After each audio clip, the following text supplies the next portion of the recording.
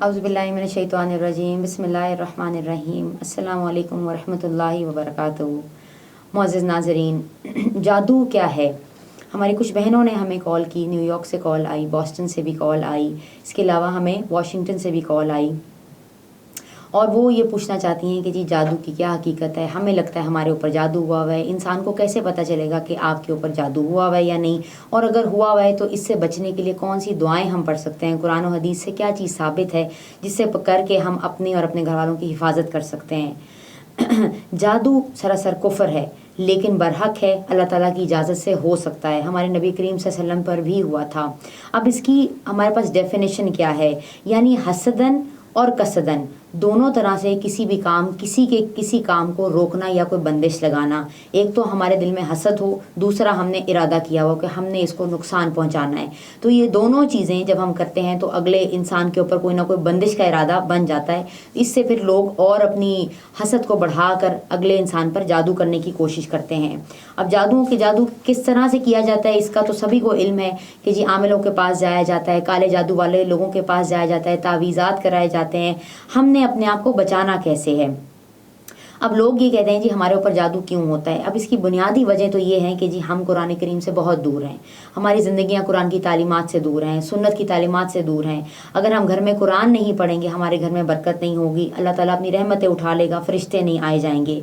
अब ये कहना कि जी जादू है तो हमारे घर में बरकतें नहीं हैं, जादू है तो हमारे घर में रहमतें नहीं हैं, हम ये भी तो देखें कि हम कुरान की तिलावत किस तरह से करते हैं और दिन में कितनी दफ़ा करते हैं।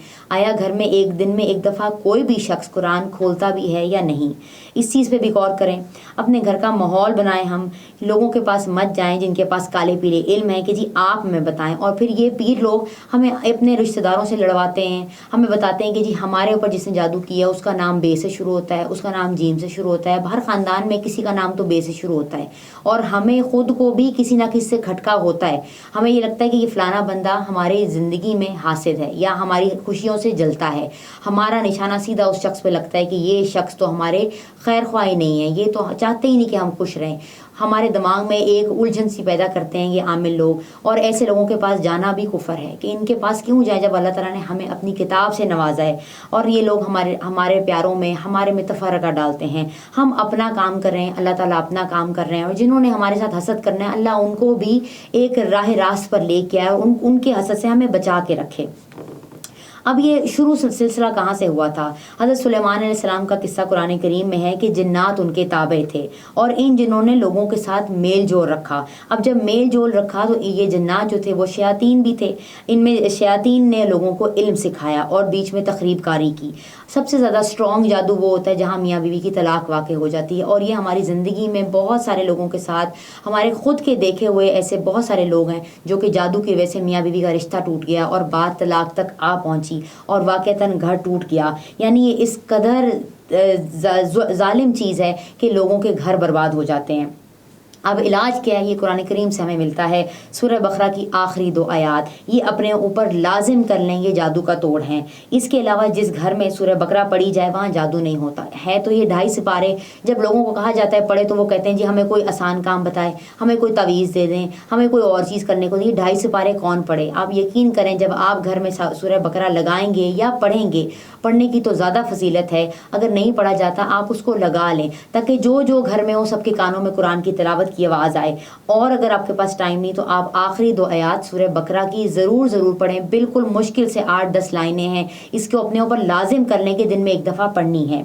इसके अलावा सूरह फलक और सूरह नास नबी करीम सल्लल्लाहु अलैहि वसल्लम के ये सुन्नत के वजीफ़े से साबित है कि नबी सल्लल्लाहु अलैहि वसल्लम पे जब जादू हुआ था, यहूदियों ने बहुत स्ट्रॉन्ग किस्म का जादू किया था, तो नबी सल्लल्लाहु अलैहि वसल्लम ने भी यही मामला किया था कि नबी सल्लल्लाहु अलैहि वसल्लम ने सूरह फलक और सूरह नास पढ़ी थी। जब उनको पता चला, उनको हज़रत जिब्राइल अलैहिस्सलाम, हज़रत मीकाईल अलैहिस्सलाम आए, नबी सल्लल्लाहु अलैहि वसल्लम बताते हैं कि मैं थोड़ा सा सो रहा था, थोड़ा ऊँग रहा था, उस वक्त दोनों फरिश्ते आए और उन्होंने आपस में एक दूसरे को सारी बात बताई कि नबी सल्लल्लाहु अलैहि वसल्लम पे जादू हुआ। और जादू के असरात की वजह से नबी सल्लल्लाहु अलैहि वसल्लम पे कोई दीनी प्रॉब्लम्स नहीं आई थी, लेकिन दुनियावी प्रॉब्लम्स आई थी। यानी नबी सल्लल्लाहु अलैहि वसल्लम की भूख ख़त्म हो गई थी और नबी सल्लल्लाहु अलैहि वसल्लम का अपनी अज़वाज के पास जाने को दिल नहीं करता था। अगर हम अपनी ज़िंदगी में भी देखें तो जिन लोगों पे जादू के वाक़तन असरात हुए होते हैं वो भी अपनी बीवियों के पास जाना पसंद नहीं करते। आपको उनके पास जाना करना अच्छा ही नहीं लगता। नबी सल्लल्लाहु अलैहि वसल्लम पे भी कुछ ऐसी ही कैफियत थी, क्योंकि वो इंसान थे, बशर थे, सारी इंसानों वाली खसूसियात थी उनके अंदर। सोते थे, जागते थे, उनको भूख लगती थी, उन्होंने शादियाँ भी की, उनके दांत भी टूटे, जैसे इंसानों के साथ ज़िंदगी में मामलात होते हैं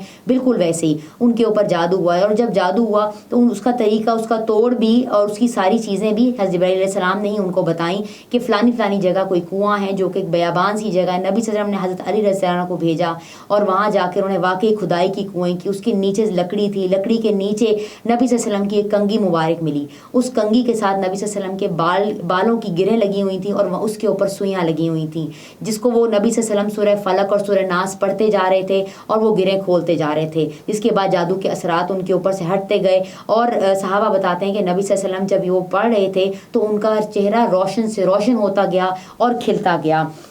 इसके अलावा हम अपनी ज़िंदगी में दुरूद शरीफ की कसरत रखें ताकि हमारे ऊपर जादू के असरात बिल्कुल ना हों।